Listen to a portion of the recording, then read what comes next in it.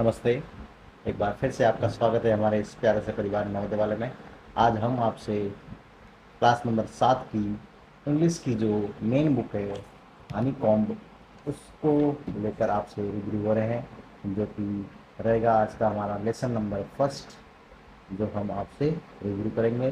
खासकर क्लास 7 के बच्चे इसे अवश्य देखें या ज़रूर देखें, ताकि उनको जब टीचर क्लास में पढ़ाए तो उन्हें ऐसा नहीं लगे कि हमें कुछ समझ में नहीं आ रहा है। ठीक है, तो बढ़ते हैं हमारे फर्स्ट लेसन की ओर, जिसका नाम है हमारा थ्री क्वेश्चंस, 3 प्रश्न। ये एक कहानी क्या है, राजा के बारे में है।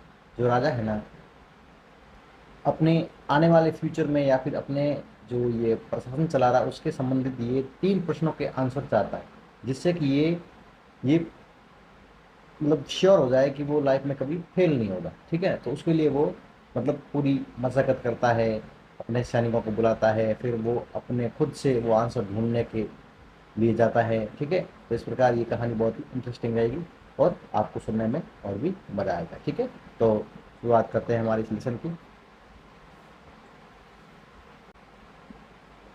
तो शुरुआत करते हैं हमारे पहले लेसन की या फर्स्ट लेसन की, जिसमें दे रखा है बिफोर यू रीड, मतलब पढ़ने से पहले क्या करना है। A king has 3 questions and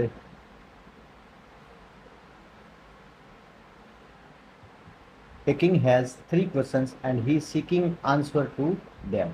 मतलब राजा के 3 प्रश्न थे और वो उससे जानना चाहता, खोजना चाहता था। And what are the question, और जो प्रश्न क्या थे इस लेसन के हम उसके बारे में पढ़ेंगे। ठीक है ना, तो देखिए 3 क्वेश्चन, लेसन का नाम क्या है, 3 क्वेश्चन, 3 प्रश्न। ठीक है, अगले देखो। The thought came to a certain king the that the would never fail if he knew 3 things. मतलब राजा के दिमाग में एक ऐसा विचार आया, उसके थॉट आया कि अगर उसे इन 3 प्रश्नों का जवाब मिल जाए या 3 प्रश्नों का जवाब मिल जाए तो वो जीवन में कभी फेल नहीं होगा, नेवर फेल इन लाइफ। ठीक है, एंड दीज 3 थिंग्स आर, अब 3 क्वेश्चन कौन कौन से थे। What is the right time to begin something, मतलब कोई भी काम करने का सही समय क्या होगा। What is the right time to begin something, कुछ भी करने का सही समय क्या हो सकता है। What sorry which people should he listen do, उन्हें किन लोगों की सुननी चाहिए। ठीक है, and what is the most important thing thing for him to do, मतलब उसके लिए कौन सा काम सबसे जरूरी होना चाहिए। ठीक है, सबसे मोस्ट या सबसे जरूरी काम कौन सा होता है। ठीक है, तो हमने 3 क्वेश्चनों के बारे में जाना। पहला कि हमारे लिए सबसे इम्पोर्टेंट टाइम कौन सा है जिसमें हम कोई काम करें। ठीक है, तो सबसे इम्पोर्टेंट टाइम कौन सा है वो। दूसरा क्या है, सबसे इम्पोर्टेंट व्यक्ति कौन है। ठीक है, और तीसरा क्या है, मोस्ट इम्पोर्टेंट थिंग्स, मतलब कौन सा काम जो उसके लिए सबसे महत्वपूर्ण है। 3 प्रश्न। ठीक है,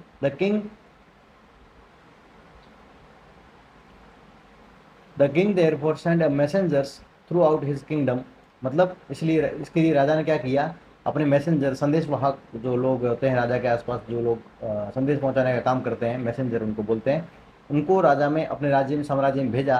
और promise a large sum of money to anyone who would answer these 3 questions, मतलब उन्होंने ये घोषणा करवाई, ये प्रॉमिस किया कि जो भी व्यक्ति इन 3 प्रश्नों के उत्तर देगा उनको मैं बहुत सारा धन, पैसा, रुपया दूंगा। ठीक है ना। ठीक है, अगला क्या है, many wise men come to the kings, मतलब जब मैसेंजर ने मैसेज पूरे साम्राज्य के अंदर भेजा तो बहुत सारे लोग वहाँ से, समझदार व्यक्ति जो बहुत समझदार थे, भाई हम आंसर दे सकते हैं, हम राजा से धन प्राप्त कर सकते हैं, वो लोग वहाँ पर आए। Many wise men come to the kings but they all answer his question differently, लेकिन उन्होंने जो आंसर दिए वो सारे के सारे आंसर क्या थे, डिफरेंट थे, अलग अलग उत्तर दे रहे थे, कोई भी मतलब यूँ सटीक आंसर या जो परफेक्ट आंसर नहीं आ रहा था। In the reply to first question some said the king must prepare a time table, मतलब जो पहला क्वेश्चन हमारा क्या था कि कोई भी काम करने का सही समय क्या होना चाहिए, तो उसके लिए लोगों ने क्या जवाब दिया कि राजा को एक टाइम टेबल बनाना चाहिए, and they follow it strictly, और उन्हें क्या करना चाहिए, बहुत ही स्ट्रिक्टली फॉलो करना चाहिए उसे। ठीक है, टाइम टेबल बनाने के बाद क्या करना, उसको स्ट्रिक्टली फॉलो करना चाहिए। ठीक है, आगे only it is the way they sad could he do everything at the proper time, और उन्होंने कहा कि यही एक तरीका है या यही सिर्फ एक ही तरीका है जिसकी वजह से वो राजा क्या कर सकता है, कोई भी काम प्रॉपर टाइम पे कर सकता है, सभी काम प्रॉपर टाइम पे कर सकता है। Other said it was impossible to decide in the advance the right time for doing something. लेकिन कुछ ने कहा कि ये तो बिल्कुल ही असंभव है, क्योंकि आने वाले टाइम में क्या होगा एडवांस में पहले ही जान लेना ये तो कैसे संभव ही नहीं है, ठीक है ना। तो एडवांस में जानना संभव नहीं है। The king should notice all that are going on, ठीक है। राजा ने नोटिस किया कि सभी लोग अपना कोई न कोई आंसर दे रहे थे। अवॉइड फुलिश प्लेजर्स, ठीक है। और राजा ने क्या किया, जो बिना मतलब के आंसर दे रहे थे उनको अवॉइड कर रहा था, ठीक है। जो राजा को अच्छा नहीं लग रहा था उस आंसर को क्या कर रहा था, वो अवॉइड कर रहा था। एंड नेक्स्ट आगे क्या दे रखा है इसमें कि always do what ever seemed necessary at that time. और वो सिर्फ उन्हीं को नोटिस कर रहा था जो सिर्फ उस समय के लिए कौन सा था, नेसेसरी था, जरूरी था, ठीक है। Yet other said that king needed a council of wise man who would help him act at the proper time. उन्होंने बोला कि राजा के पास में एक काउंसिल होनी चाहिए, एक लोगों की एक समिति या फिर कमेटी होनी चाहिए जो क्या करे, उन राजा को सही समय पे काम करने के लिए उनको क्या करे,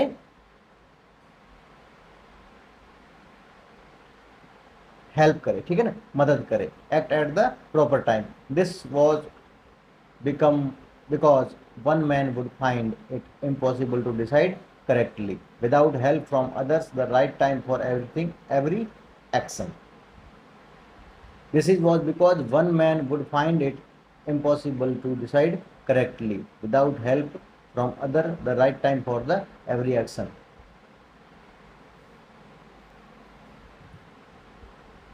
this was because one man would find it impossible to decide correctly. मतलब उन लोगों का ये कहने के पीछे यह आशय था कि मतलब एक व्यक्ति सभी प्रकार के मतलब जो डिसीजन होते हैं वो करेक्टली नहीं ले सकता, इसलिए उन्हें क्या है, काउंसिल की जरूरत होनी चाहिए, ठीक है। And at the time of every action, प्रत्येक एक्शन के लिए उसको क्या है, किसी दूसरे एक कमेटी की या एक समिति, एक काउंसिल की क्या होनी चाहिए, एक हेल्प लेनी बहुत ही जरूरी है एक सही डिसीजन लेने के लिए। But then other said there were some things which could be urgent, these things could wait not wait for the decision of council। मतलब उनमें से कुछ लोगों ने ये भी कहा कि अगर कोई अर्जेंट हुआ, कुछ लोगों ने ये कहा कि यदि कोई अर्जेंट हुआ तो these things could not wait for the decision of council. हमें काउंसिल का वेट किए बिना भी राजा को क्या करना पड़ता है, फैसला देना पड़ता है, डिसीजन लेना पड़ेगा। तो in order to decide the right time for doing something it is necessary to look into the future. मतलब ऐसा कोई अर्जेंट काम आ जाए उसके लिए हमें क्या करना चाहिए, पहले से प्रिपेयर रहना चाहिए। हमें फ्यूचर में भी फ्यूचर पता करके ये पता कर लेना चाहिए कि हमारे लिए कौन सा काम अर्जेंट है, कौन सा काम नहीं है। तो उसके लिए क्या करना चाहिए, फ्यूचर जानना बहुत जरूरी है, ठीक है। तो doing something it is necessary to look into the future, हमें क्या करना चाहिए, फ्यूचर में देखना चाहिए। But only magician could do that. मतलब फ्यूचर सिर्फ कौन देख सकता है, कि मैजिशियन है, जादूगर है, वही देख सकता है। The king therefore would have to go to magician. और फिर उन लोगों ने कहा कि राजा को जाके उस मैजिशियन से जाके मिलना चाहिए, उससे बात करनी चाहिए, ठीक है। Sorry, in their answer to the second question, मतलब पहले क्वेश्चन का आंसर लोगों ने क्या दिया, कुछ ने कहा काउंसिल बनानी चाहिए, कुछ ने क्या कहा कि उसको मैजिशियन के पास जाना चाहिए, ठीक है। कुछ ने कहा टाइम टेबल बनाना चाहिए, ठीक है। तो बहुत नाना प्रकार के आंसर दिए, लेकिन राजा किसी से भी सेटिस्फाई नहीं हुआ। इन their answer the second question some said that people most necessary to the king were his counselor, others said priest, ठीक है। अब क्या बोला इन्होंने, सेकंड क्वेश्चन क्या था हमारा कि राजा के लिए कौन सा आदमी सबसे, कौन सा इंसान या कौन सा व्यक्ति सबसे महत्वपूर्ण है, कौन सा व्यक्ति सबसे इंपॉर्टेंट है। तो इसके क्वेश्चन में लोगों ने क्या आंसर दिया, the people most necessary to the king were the counsellor. कौन, काउंसलर, जो सलाहकार होते हैं राजा के, वो, ठीक है, काउंसलर्स, काउंसलर्स, ठीक है। And other said the priest, priest मतलब पुजारी, सॉरी पुजारी। Other said the priest, priest means पुजारी, और काउंसलर मीन्स सलाहकार। And a few others choose the doctor, कुछ लोगों ने डॉक्टर को चुना। And yet other said that soldier were the most necessary, और कुछ लोगों ने कहा कि हमारे लिए सबसे जरूरी कौन है, सोल्जर है, सिपाही है, जो हमारे इस राज्य की रक्षा करते हैं, उनकी सलाह लेनी चाहिए राजा को। और राजा के लिए सबसे इंपॉर्टेंट वो व्यक्ति ही होना चाहिए, ठीक है। तो इन्होंने दूसरे क्वेश्चन के आंसर में किन किन को इन्होंने सबसे मोस्ट इंपॉर्टेंट बताया, एक तो counsellor,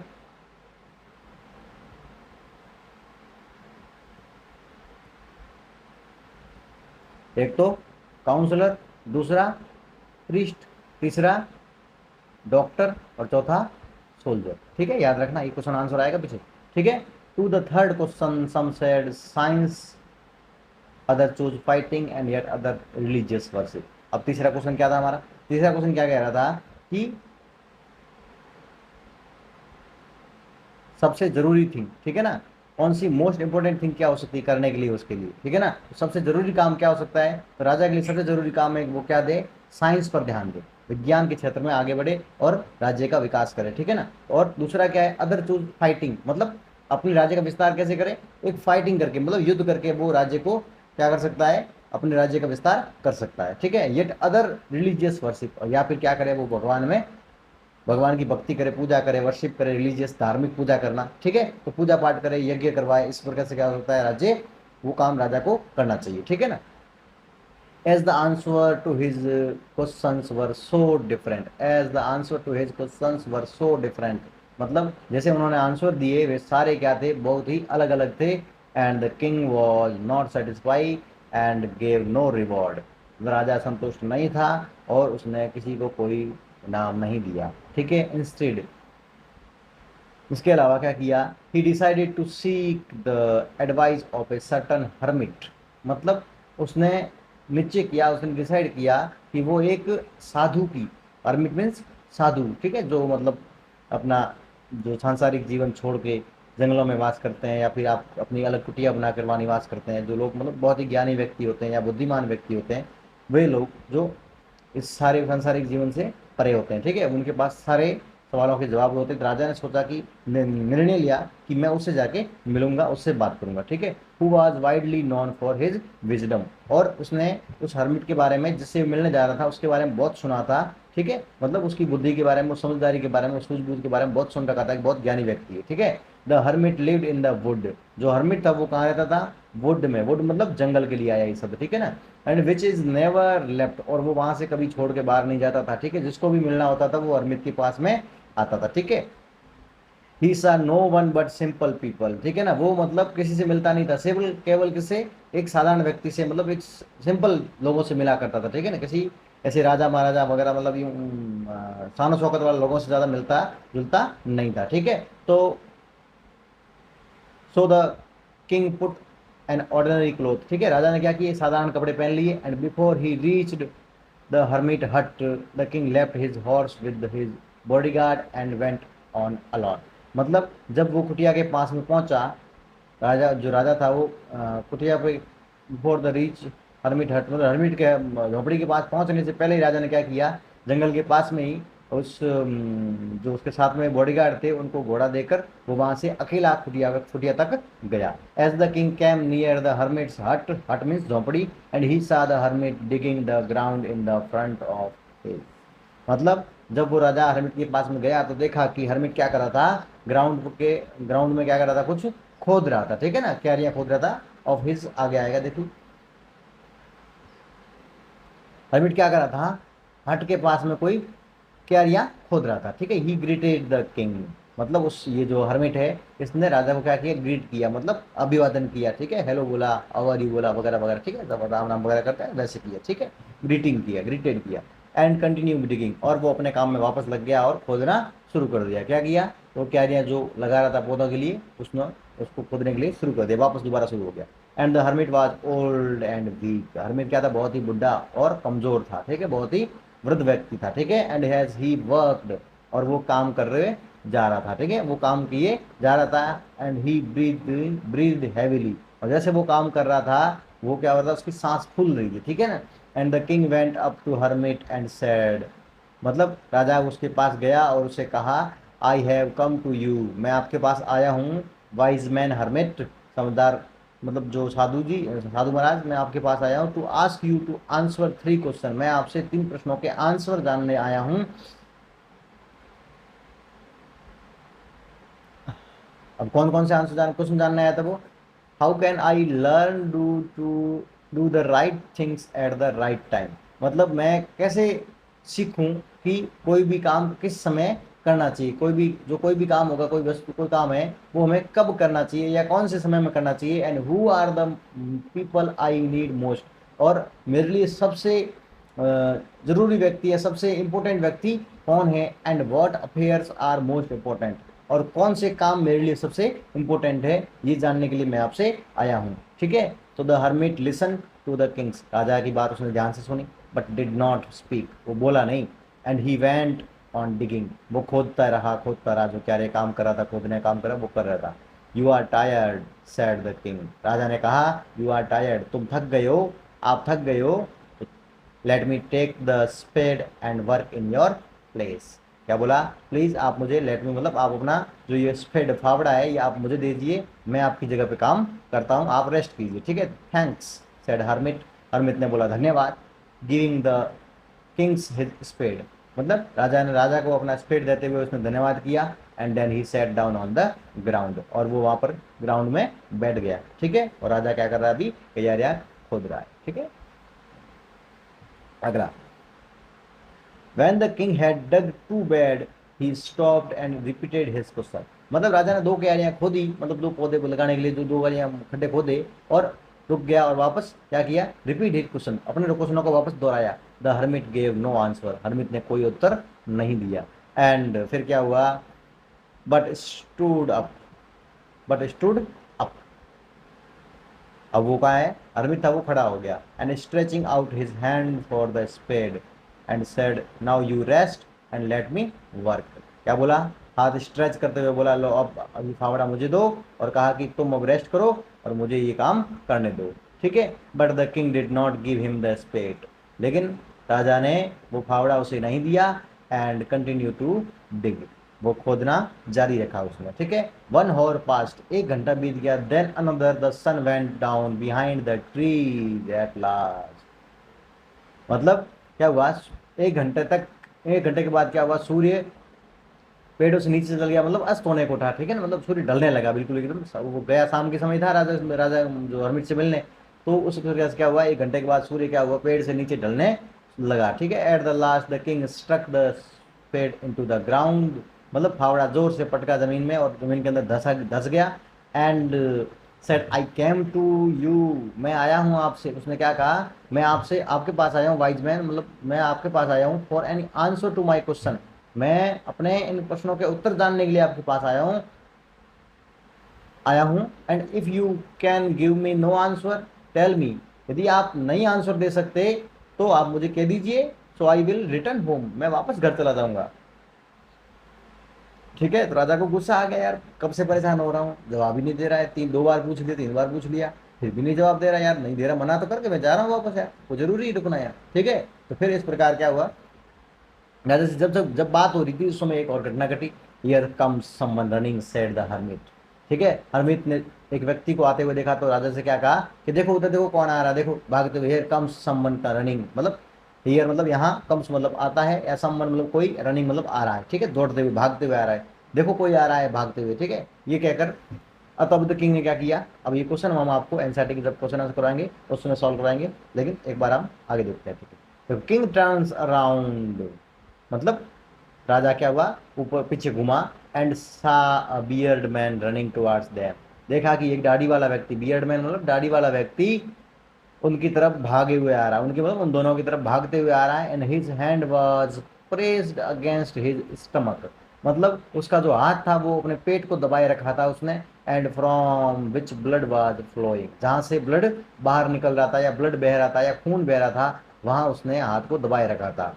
when he reach the Kings he fainted, जब वो राजा के पास पहुंचा वो क्या हो गया, फेंटेड मतलब बेहोश हो गया, एकदम मूर्छित हो गया। ठीक है ना, and fell to the ground, और वो धरती पर गिर गया, जमीन पे गिर गया। The king and the hermit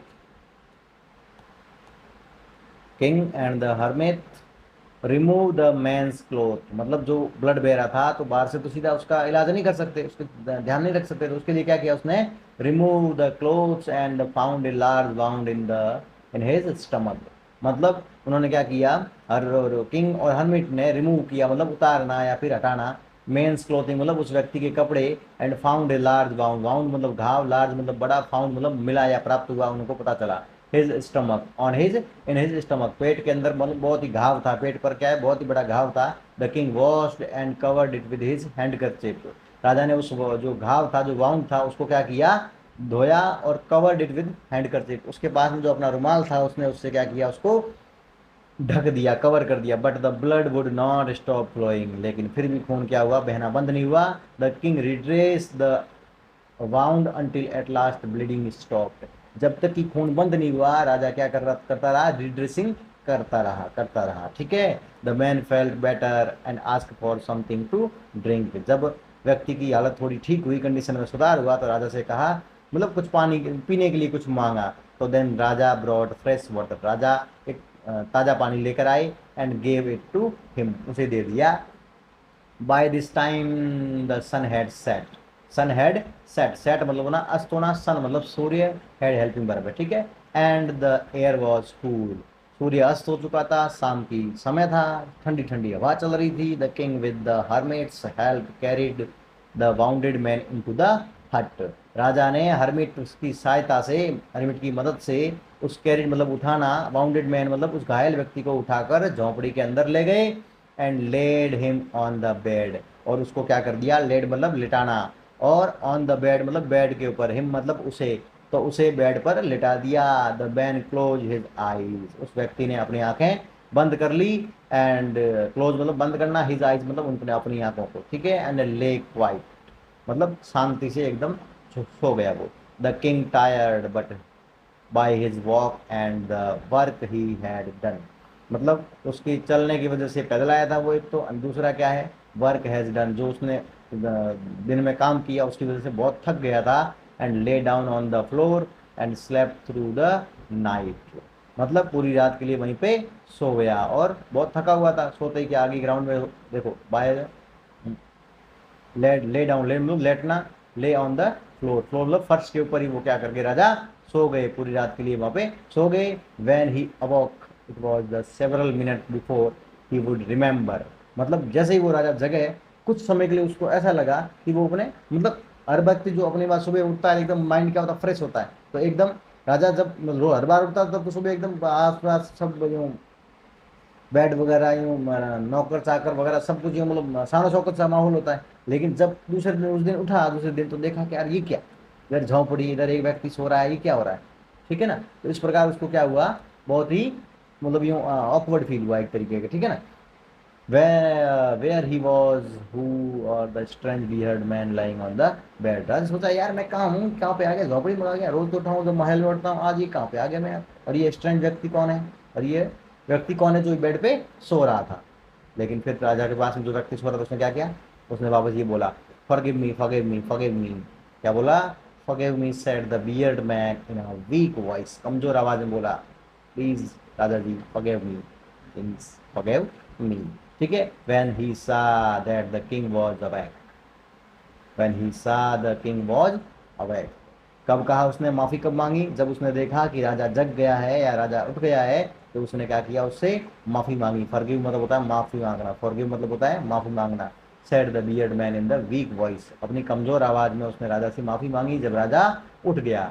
I do not know you, you nothing to forgive for you for, said the king, राजा ने कहा यार मैं आपको जानता ही नहीं, आप किस लिए मेरे से माफी मांग रहे हो, ठीक है। यू डू नॉट नो मी, क्या मैं बोला, जो व्यक्ति जो माफी मांग रहा था वो बोला, यू डो नॉट नो मी, आप मुझे नहीं जानते, बट आई नो यू, मैं आपको जानता हूँ। I am that enemy of your, मैं आपका सबसे क्या हूँ, मैं आपका दुश्मन हूँ। Who swear revenge on you, जिसने आपको मारने की कसम खाई है, आपसे बदला लेने की कसम खाई है। रिवेंज मतलब बदला लेना, स्वर मतलब एक तरीके से कहते हैं ना भाई, तो कसम खाई है एक तरीके से, ठीक है ना, उस तरीके से, ठीक है ना। And because you put my brother to death and seize my property, मैंने वो कसम क्यों खाई है, क्योंकि आपने मेरे भाई को मार डाला और उसकी प्रॉपर्टी या मेरी प्रॉपर्टी का क्या किया है, सीज कर रखा है, हमारे राज्य को आपने सीज कर रखा है।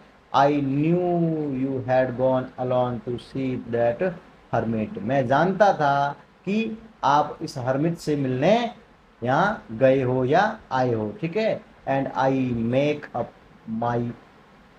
Up my mind to kill you on your way home, मैंने मैंने मतलब एक विचार बनाया, एक दिमाग में थॉट किया कि मैं आपको वापस घर जाने वाले रास्ते में मार डालूंगा, ठीक है, आपको मार डालूंगा वे होम, ठीक है। But the day past you did not return, दिन पूरा गुजर गया लेकिन आप तो आए ही नहीं, ठीक है। So I left my hiding place, मैंने वहाँ जहाँ पे छुपा था वहाँ से मैं बाहर निकल गया। And I came upon your I came upon your bodyguard, और जैसे ही मैं बाहर निकला आपके बॉडीगार्ड ने मुझे पकड़ लिया।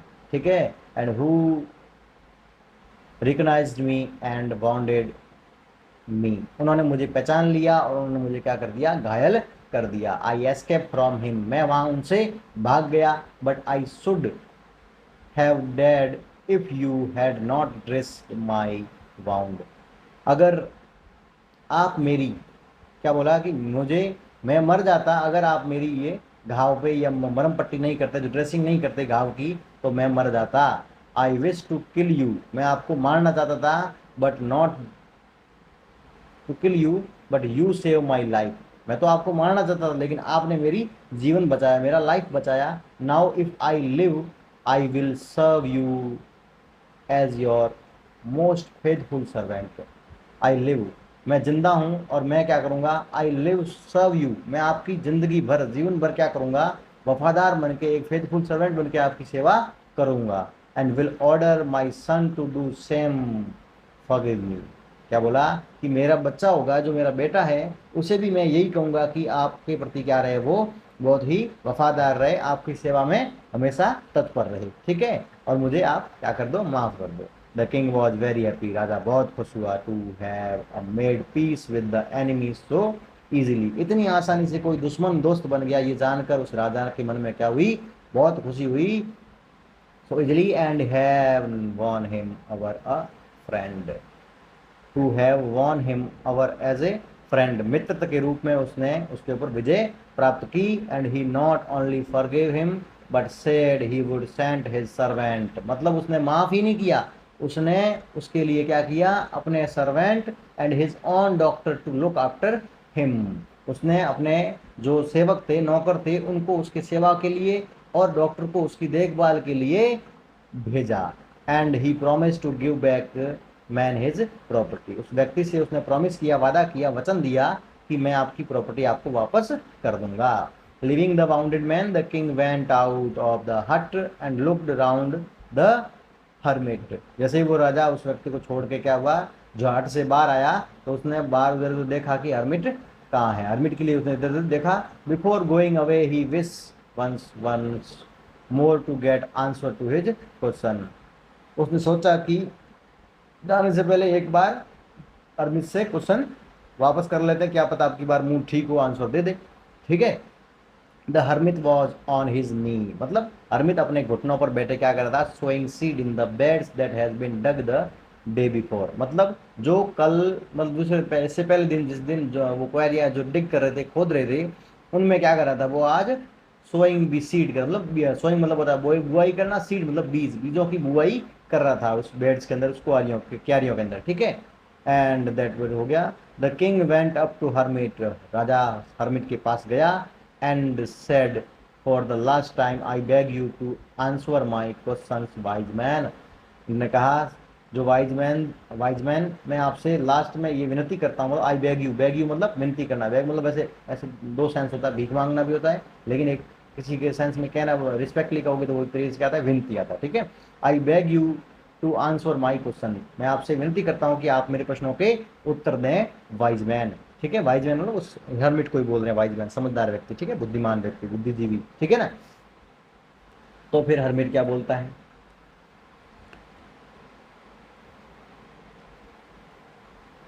हर्मिट कहता है यू हैव ऑलरेडी बीन आंसवर्ड, यार तुमको तो पहले आंसर मिल गए हैं, फिर काय पूछ रहे हो।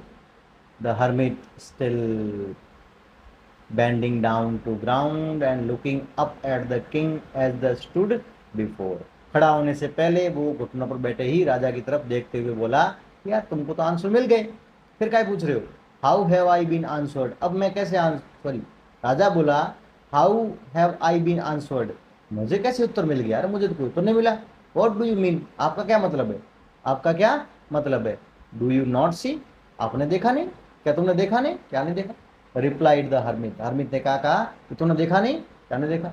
If you had not pitted my weakness yesterday and had not dug this bed for me, you would have gone away, then that man would have attacked you, and you would have wished you had stayed with me, and so the most important stay with me. So the most important time was when you were digging the bed, and I was most important man.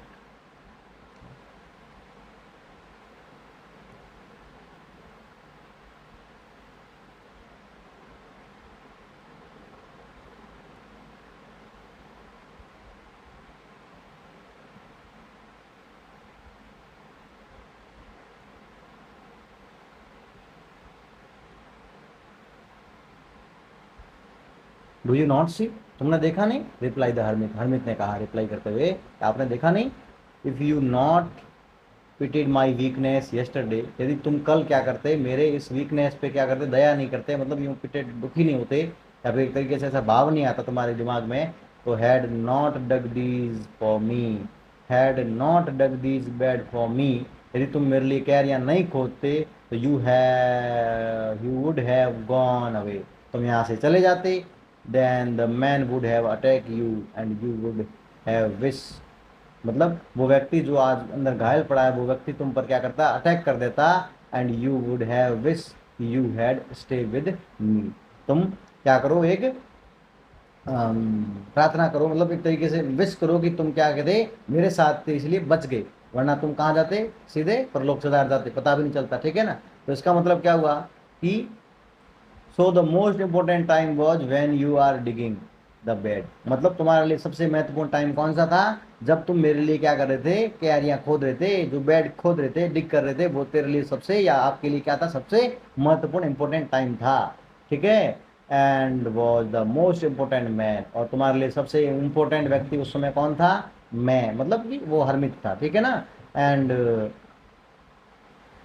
To do me good was your most important business, और तुम्हारा सबसे important काम था मेरे साथ में अच्छा कोई काम करना, मेरे लिए कोई अच्छा काम करना आपका क्या था, सबसे महत्वपूर्ण काम था। जिस वक्त जिस समय मैं आपके साथ था, आपका सबसे पहला कर्तव्य क्या था कि आपका मेरे साथ अच्छा रहना, ठीक है, या फिर अच्छा काम करना मेरे लिए, ठीक है। तो afterwards when the man run to us, जब बाद में वो व्यक्ति हमारे पास दौड़ता हुआ आया, the most important time was when we are caring for him, caring for him, और जब वो व्यक्ति, मतलब राजा ने ये भी समझाते हुए दूसरा एग्जाम्पल ही देते हुए कहा कि जब वो व्यक्ति हमारे पास आया दौड़ता हुआ, वो वाउंडेड मैन, तो हमारे लिए उस समय सबसे, मतलब हमारे लिए उस समय सबसे महत्वपूर्ण टाइम कौन सा था, उस समय जब वो व्यक्ति हमारे पास आया वो सबसे महत्वपूर्ण टाइम था।